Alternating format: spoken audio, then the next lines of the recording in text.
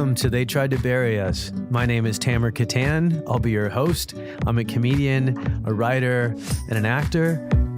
I was born in Egypt and moved to America when I was just a kid, so I'm very proud of being an immigrant. And ever since I started doing comedy, I've met more and more immigrants, and I have found more and more amazing stories, and that's what this podcast is all about. Each week, I'm going to have a new guest. They're going to sit down and share with us their American origin stories, and we're going to get to know each other better, and we're going to find out that we're all just the same. So tune in each week, tell every single person you know, and thanks for listening.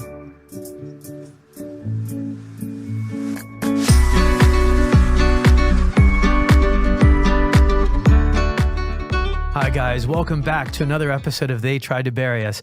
I'm your host, Tamer Kattan, and with me as always, Kity. Hi Kity, welcome back. Oh, I'm enjoying these Sundays with you. Me too. I'm looking forward. Okay, so listen, we've got a special episode today, unexpectedly special. We had a guest that hit some traffic issues. Like at California, we're not used to having rain, so and when we do, everybody goes bananas. So this is an episode that I've thought about doing for a while because everybody's told their story, but I haven't told mine. And so since we have this situation created by the universe where the rain hit Los Angeles, I think this episode will be my story. Which is, I love it because you have lots of things to say about your package here. About my package? Yeah. I've never heard my mom say, you have lots of things to say about your package. Why does everything sound dirty with your accent, Mom? Why does everything sound dirty? And so I also want to say one other thing is before we get started this episode is that our producer, Paul Antonio, how do you say your last name, Paul? Verdugo. See, it's the V's that always throw me off. So I was on Paul's show. He has a great comedy show in Pomona. What's it called, Paul? It's called I Don't Know You Either. I Don't Know You Either, which I like. It's very underdog, right? It's a fight back, which is kind of like they tried to bury us. They didn't know we were seeds. It's a challenger getting it back. And it was a killer show. It was a really great show, bar show in Pomona for all you Pomona heads and people in the Inland Empire that are out there. It's an Irish pub in a Mexican neighborhood. One of the coolest things ever.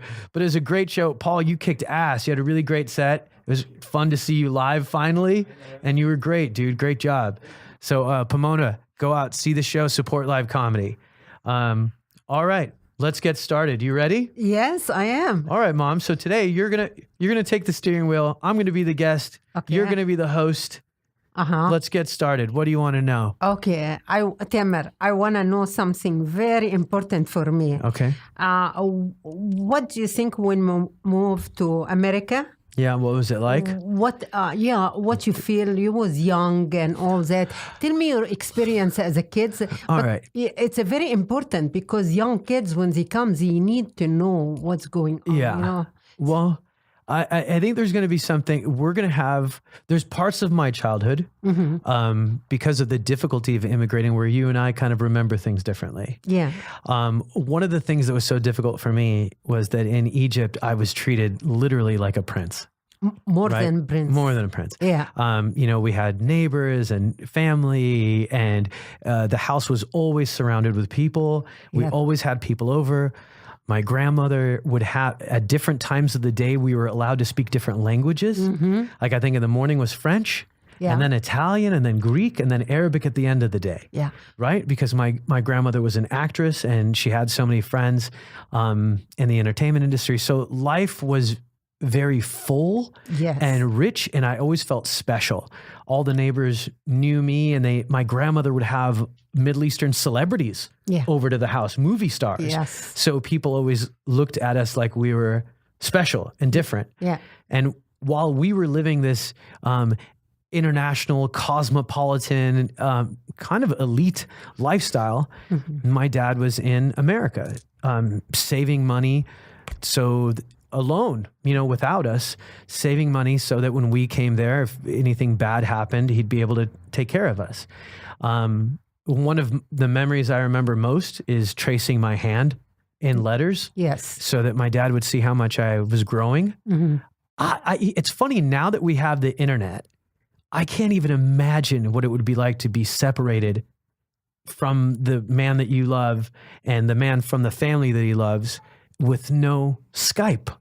We cannot even With have no a picture. email. Picture. Even a picture. Camera and take anything. a picture and I mean, all that. it would just be weeks that would go by, Right. months, a year. Yeah. And all we'd have would be these letters.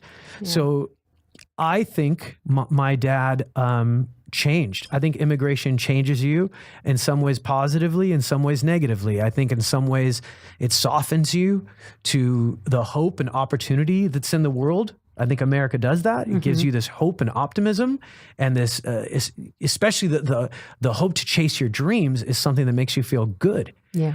But I think when you're in an environment where everybody who wants to chase their dreams comes to this country, it's like the Olympics of hard work. Yeah.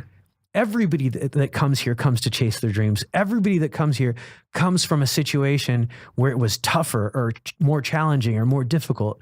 So the competition is fierce. Yeah.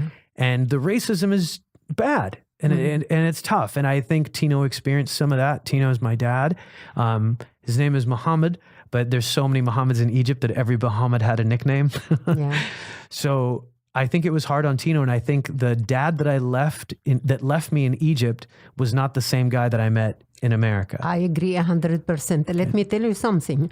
With Tino, when Tino left Egypt, everybody, of course, your grandmother, she was very, very sad.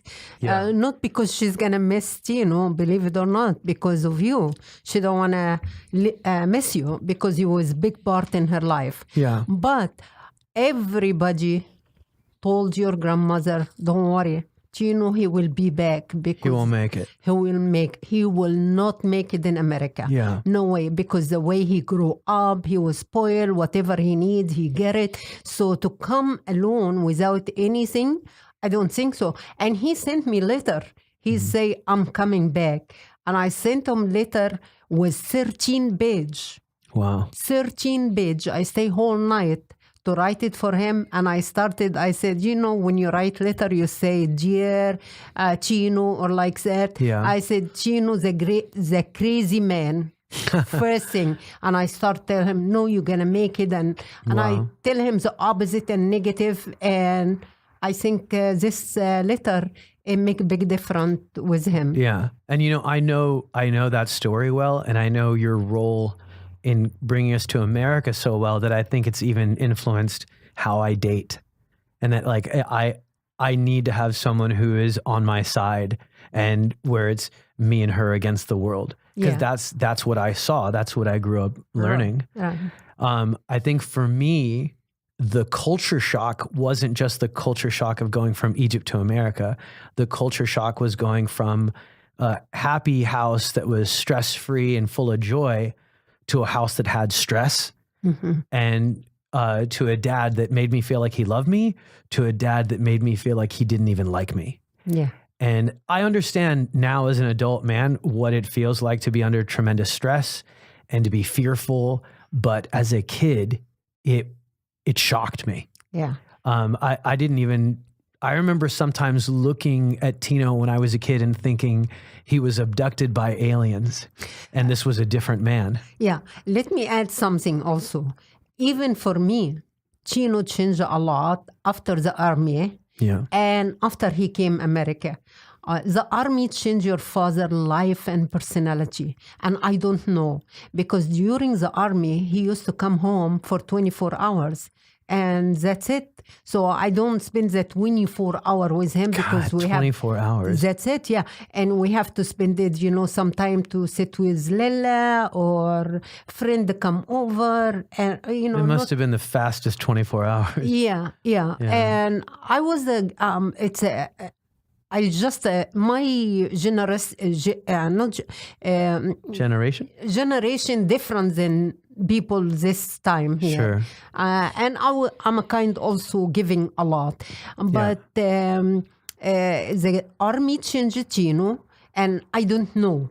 And when he came America, I think we visit him in Beirut, and I can see the change a little bit. Yeah. But I felt the stress. Yeah, stress affected him really negatively. Yeah. And it's weird because it affects me really negatively too. Yeah, of course. So I see stress, it's bad. Yeah, there's so many similarities between me and my dad, even though I grew up saying this, and no offense, but I grew up saying, I don't want to be anything like my dad.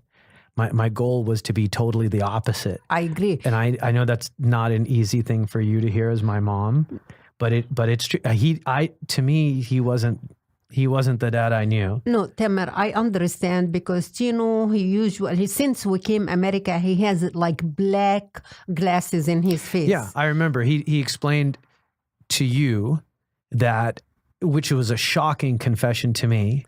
He explained to you that when his dad died, it broke his heart. Yes. And it was very difficult for him.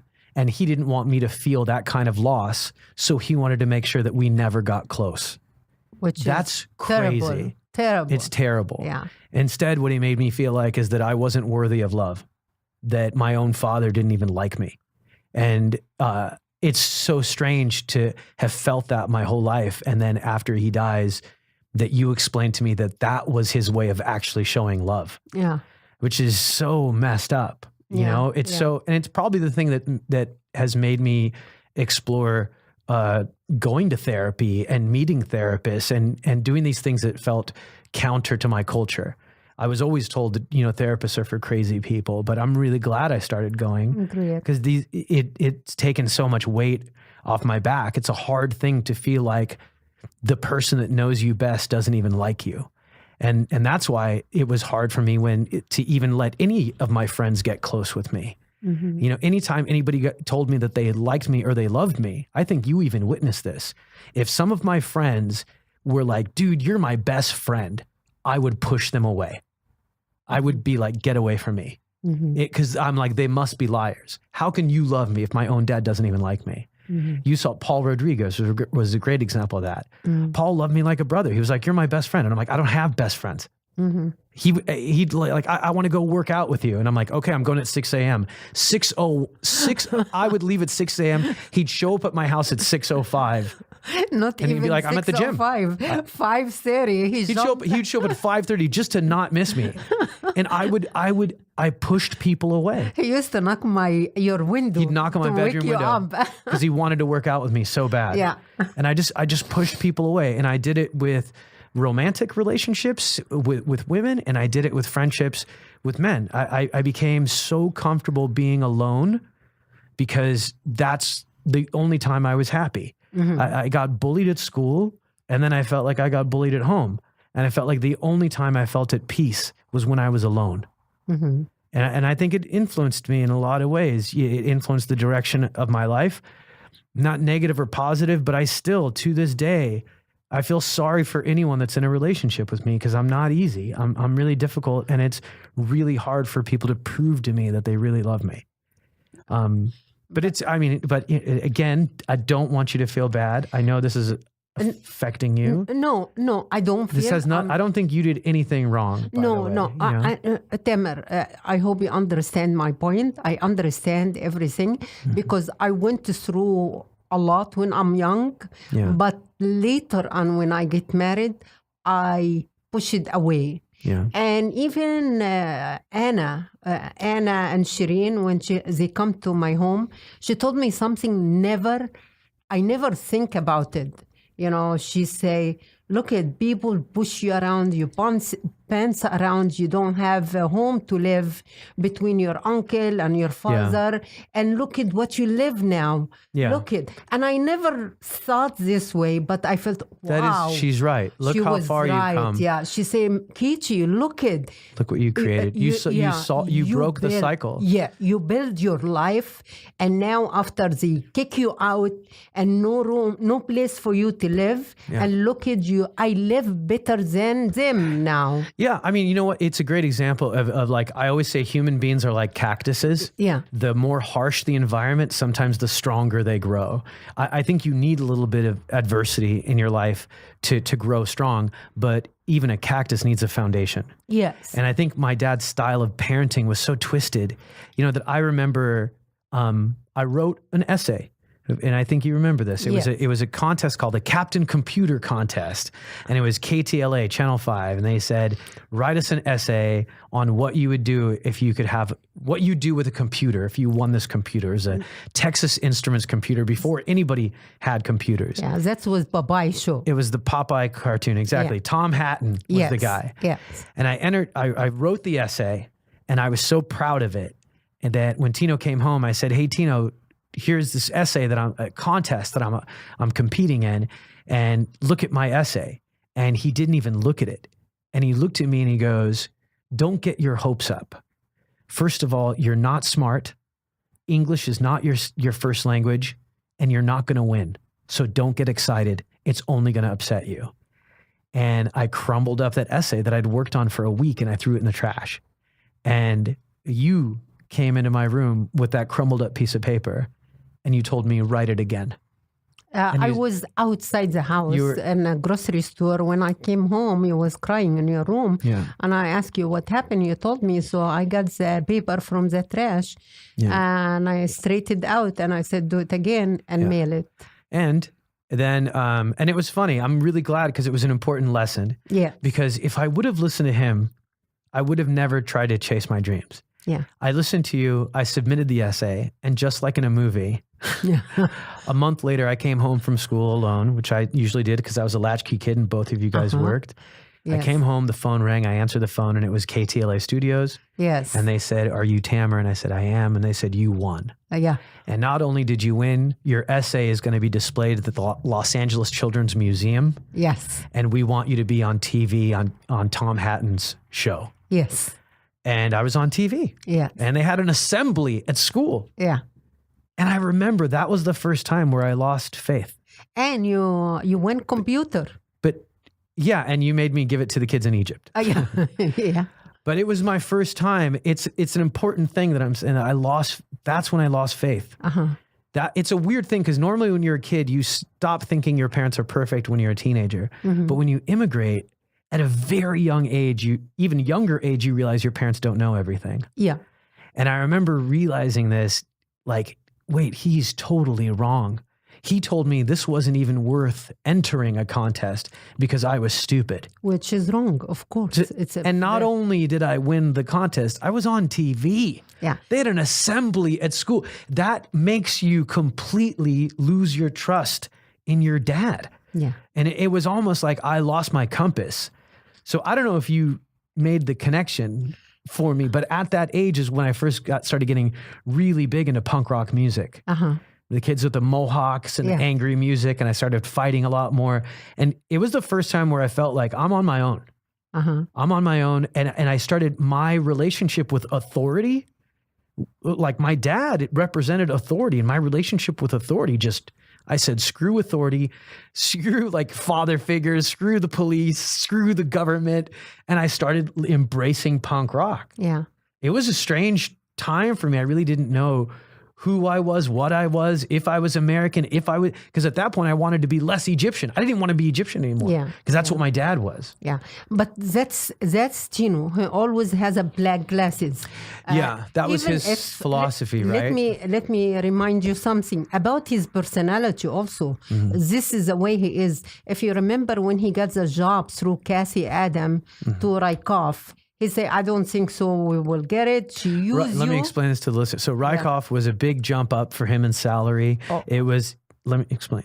So it was a big jump in salary. And also it was an opportunity that you got him through a relationship you had with a friend. So you essentially got him an interview at a much bigger job, much bigger salary, much bigger company.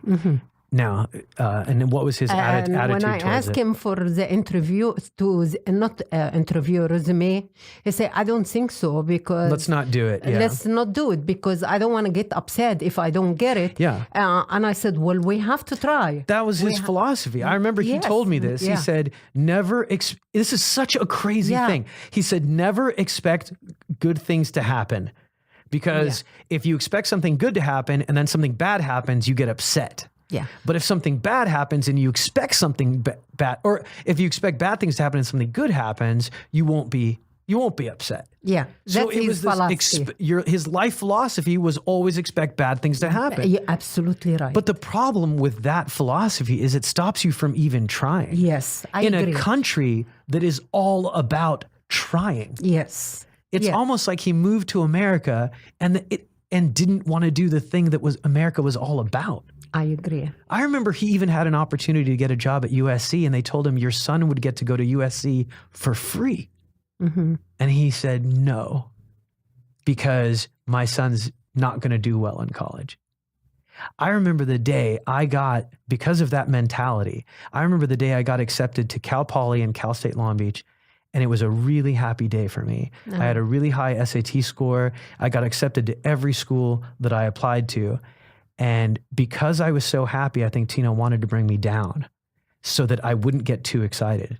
And he said, what did you mark on your application? Did you mark African American? Mm-hmm. Because if you did, they're going to know you're not black and they're not going to let you in. Maybe it's because of affirmative action and they mixed up Egypt because they think Egypt's in Africa. Mm-hmm. So even on this day that was supposed to be just about joy, his tactic was to always go, he's too happy, let's bring him down. Every time. Yeah, that's his philosophy in life, and which is sad. It is sad. It's very sad. Because let me give you an example of a thing that happened that was really interesting, because even though that was his philosophy, it started to break a little bit. Like I remember when I got into bodybuilding, Mm-hmm. because I had so much anger in me that I started weightlifting and boxing. And when I was weightlifting, I became a bodybuilder. I like competed in the Mr. San Diego competition. I was huge. Yeah. And my dad was really big into taking pictures and video cameras and videotaping things. And he was videotaping me on stage. And that competition actually was my favorite contest because I didn't win. I won a bunch of bodybuilding competitions, but the one in San Diego, I got third place. Yeah. And when I got third, the whole audience booed. Yeah. And I loved that because I felt like I was the people's choice. Uh-huh. And then on the video camera, you can hear Tino's voice. And he said, that's not right. Tamer should win. And after that videotape, I had that videotape and I could hear him saying, that's not right. Tamer should win. I rewound and listened to that part so often. Mm-hmm. I rewound and listened to it until it went away, until that part of the video was just static. Mm. I wore out the tape because the one compliment he gave me was on video. I wish more men, there's all these books and all these conversations that women have on how to be good mothers, Mm-hmm. but there's so few conversations I agree. that men have together about how to be good fathers. Mm-hmm. Like, I'm not saying I would change. I'm not boo-hoo-hooing myself. No. Right? I don't feel sorry. I wouldn't change a thing. I like who I am. I like what I went through, and I like what's happening on the other side of it. But my God, I just look back. I'm not even upset for me. I'm an adult man now, but I'm upset for 8-year-old me. I'm upset for teenage me. That was just like, say something nice, man. But also, you should be upset more for Chino because he don't enjoy his life. Yeah, I really of course. feel I mean, sorry of for course. him. I feel bad for him too. Yeah, But he it's don't enjoy his life. When there's a man and a boy that have both been wronged, I think of the boy first. Mm-hmm. I think of the child first. That's why there's that sticker on the back of cars that says, baby on board. I was just a kid, and for him to not have the foresight to be like, hey, I'm hurting my kid. It's like, it's such a. But in the meantime, to be fair, he don't know he's hurting yourself because he's hurting himself also. He was hurting too. Yeah. I know. So he don't know the difference. Yeah. He's lucky.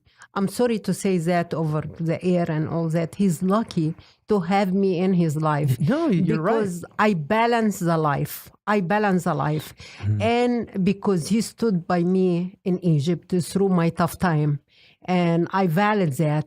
And I never, course. until last day I know in his life. And that's what I love about you. Yes. And that's where we fracture. We're different. Right. You have an undying love for Tino, an unconditional love Yes. for Tino, because he did the equivalent of pulling a thorn out of your paw. Right. Now you love him no matter what, but he never pulled a thorn in my paw. He stuck thorns in me.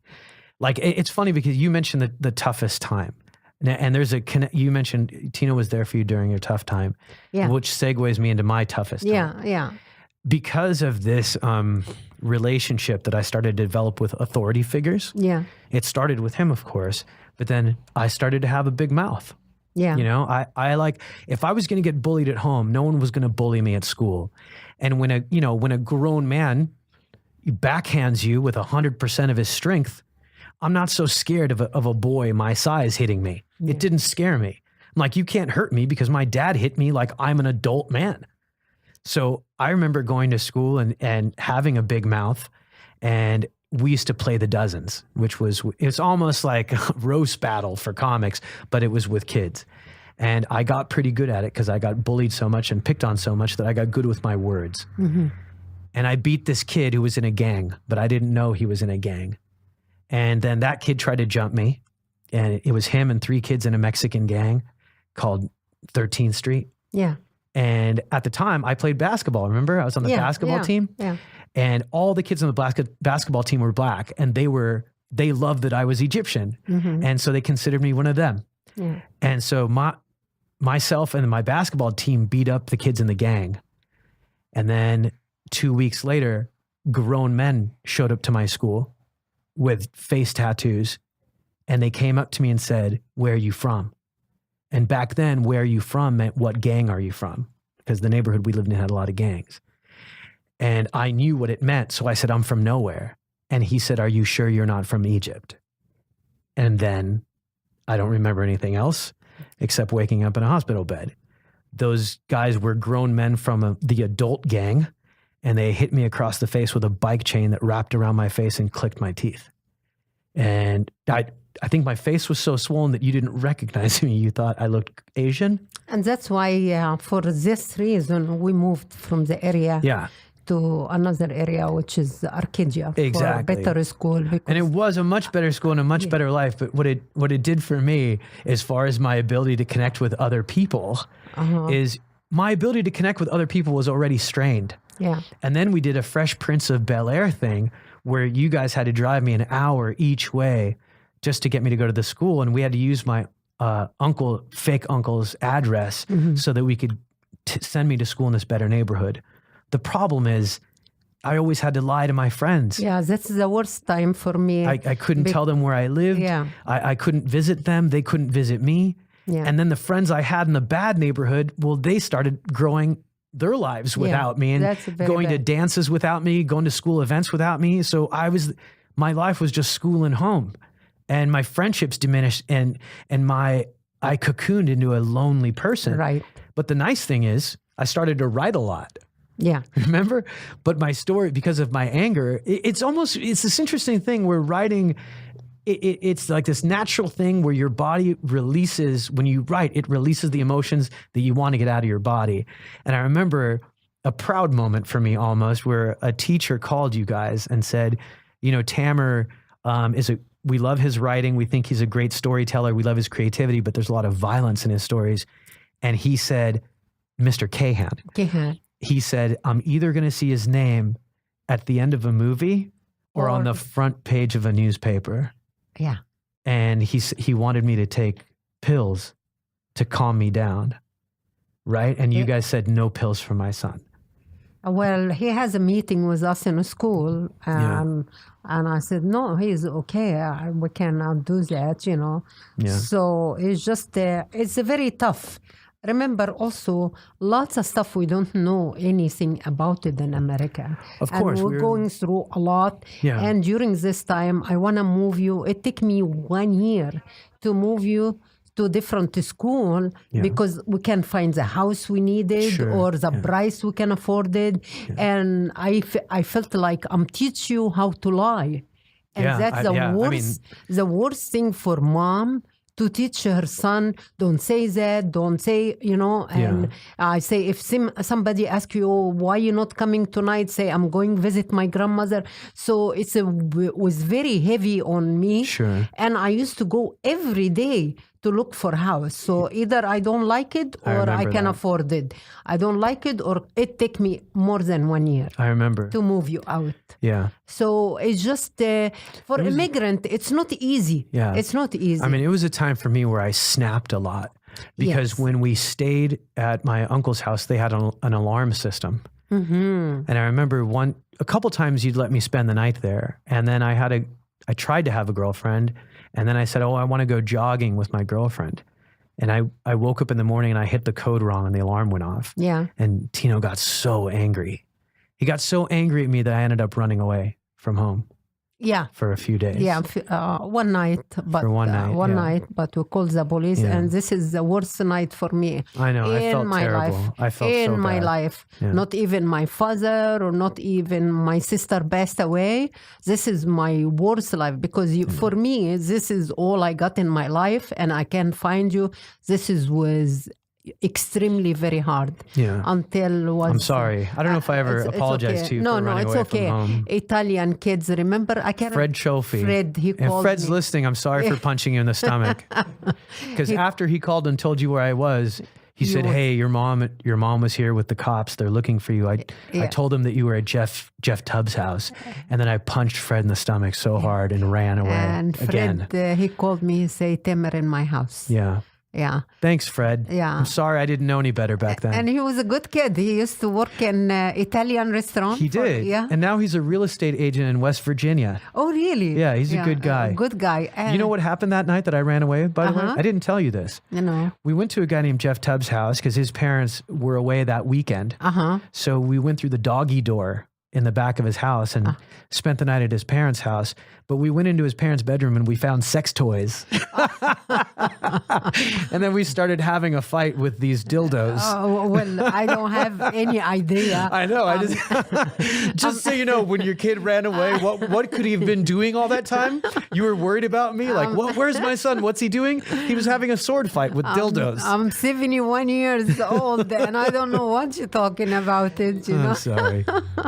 I'm not very well educated with that. Well, and I'm glad you don't have a deep knowledge of dildos. No, I always encourage immigrant young women to talk about sex. Sure. For education. Absolutely, yeah. Because nothing shame with sex. You need to agree. learn education. It's very good. We're going oddly off topic, but I appreciate your. Let me tell you what's the toughest time. The toughest time for me was like the guilt I felt from running away, and then I think I mentioned that period of snapping because Tino made me so afraid. There would be times where he told me, "Don't talk to me during the TV show." I agree. And I said, "Okay."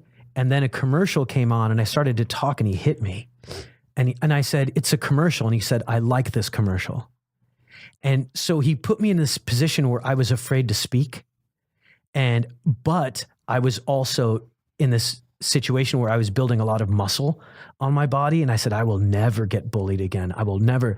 So one part of me had this learned behavior of do what you're told, but until I reached a point where I snapped.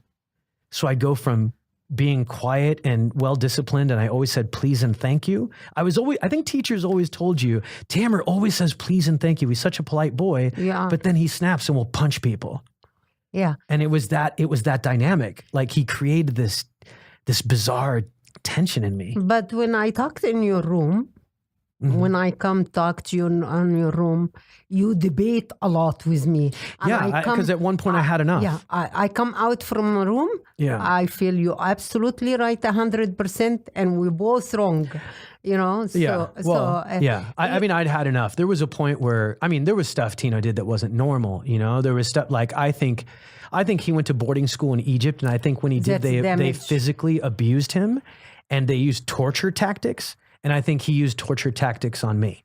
I think the army more. Well, I mean, you don't do army tactics on a child. You know, you don't beat the bottom of your child's foot with a stick and make him say, I hate my mom. You don't do that. You know what I mean? That's bizarre. Yeah, but also you have to add to all that, he's coming from Middle East, but he don't grow up. But listen, up. I know a lot of Middle Eastern dads that aren't not like that. I'm not going to blame. I agree. I don't want to blame the whole Middle East for something that was exclusively him. I think what is pan Middle Eastern is our resistance to therapy, and I think that's wrong. Yes. But I don't want to pretend that didn't happen, because it did, and it changed me. It affected me in really negative ways. And here's the thing: it's hard for me. I don't want to bring up any of these terrible stories because I don't want to bring up pain for you.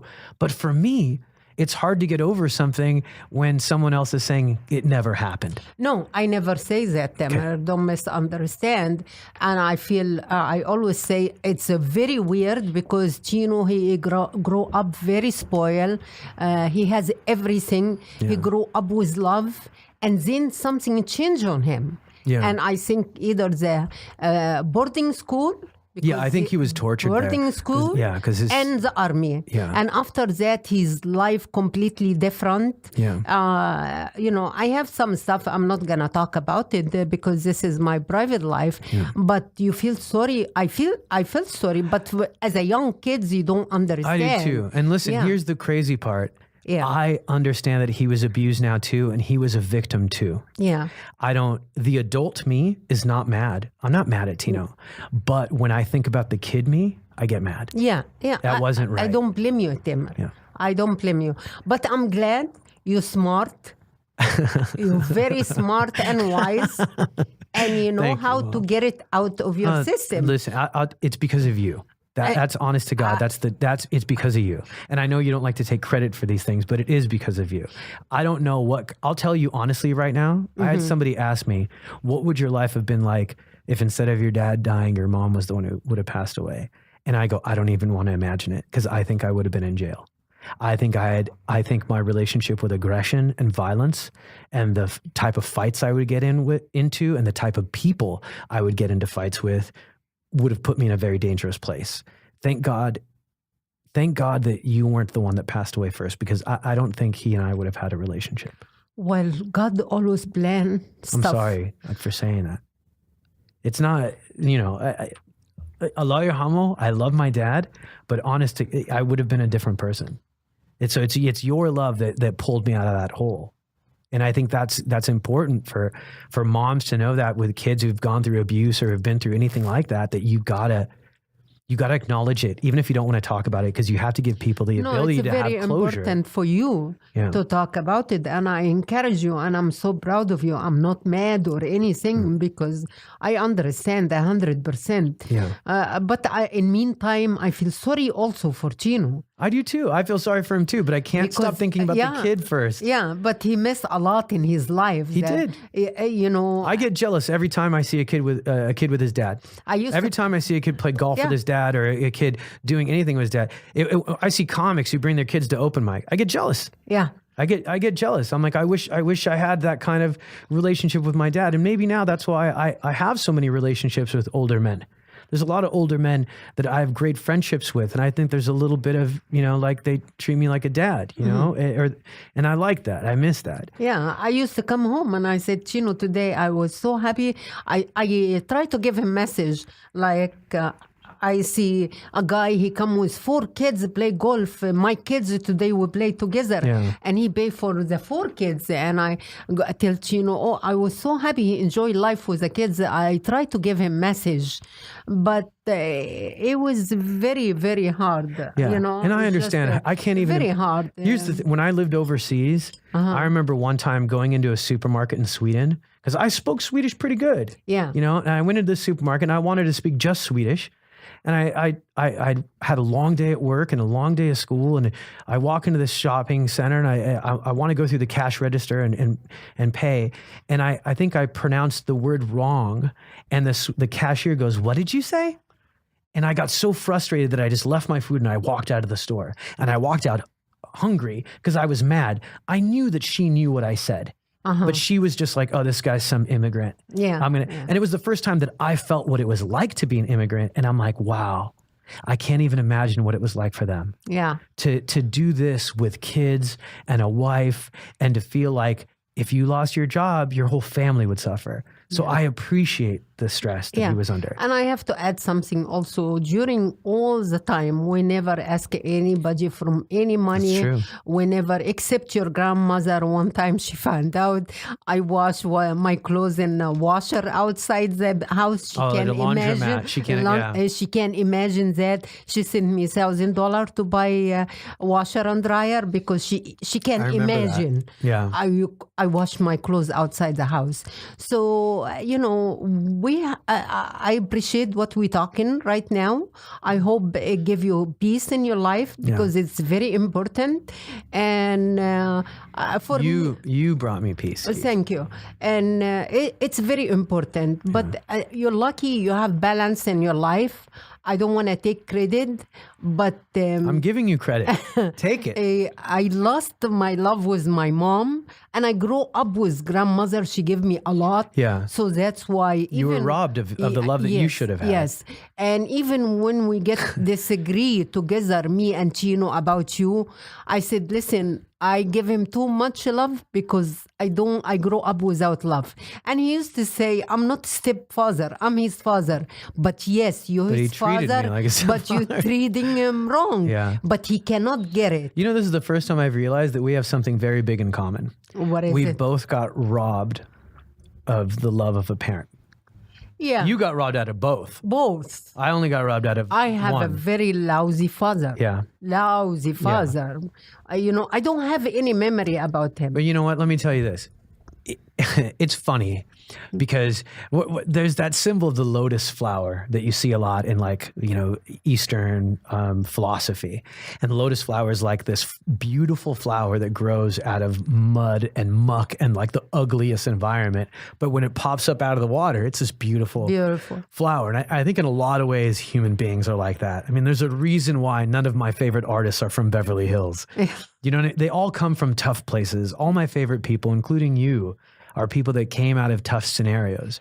So if you asked me if I could go back in time and change anything, I'd say no. Yeah. Keep your time machine. Yeah. And the thing, honestly, and I hate to admit this, but for all the tough times that I went through, all the doubt that Tino put me in and put me through, it's that very same anger towards authority that made me say, yeah, I'm going to chase my dreams. Yeah, I am going to be a comedian. And I'm so proud. Thank you. Thank you. And if you ask me what's my best time. Yes, I want to ask you for that. It's right now. I think so. And my best time has been every year that I've been a comedian. Yeah. I don't care what even happens with my comedy career because I've already won. Comedy's made me a whole person again. Right. It's made me take things that used to bring me pain and shame, things that I would hide. And now when I tell those stories on stage and an entire audience laughs in agreement, it's the ultimate closure. It's the ultimate lightness. It's a bunch of people coming together and helping you lift something that's been so heavy. And I'm so lucky to get to be a comedian. I'm so lucky. I don't even care if I'm talking about an open mic or a theater with 3,500 people. I'm so lucky to be a comedian. And I felt that even at an open mic.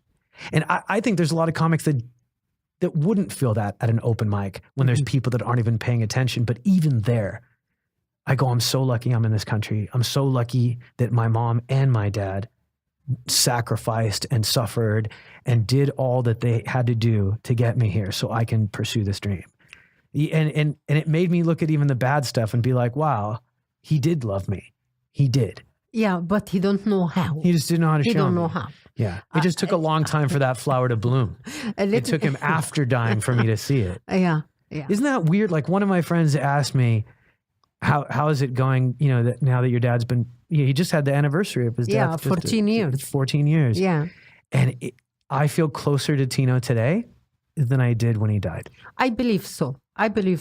Because my relationship with my father 14 days before he died. And I felt sorry for him because he tried to give me everything with his money because he don't want my cousin to take anything because in order in Egypt, my cousin, because he don't have a boy, they take half what he has. And he refused to let my cousin take that. And I said, for this point, I think he has some love for me. He want to give me everything. Of course. Yeah, you're right. So that's, but for this guy, he loved me. He don't want his... He doesn't know how to show it. Yeah. But you found the evidence. But he don't know how. Yeah. But when he say, I want all this money go to you, and he did it before he died in 14 days, that show, I think he has some love. But I never felt the love before. Yeah. I never, Tamer. I'm 71 years. I don't have any memory about him. Yeah. I talk to my uncle in Egypt every week. And I talk about some stuff. He Shout said, out to wow. Nabi. Yeah, Nabi. Yeah.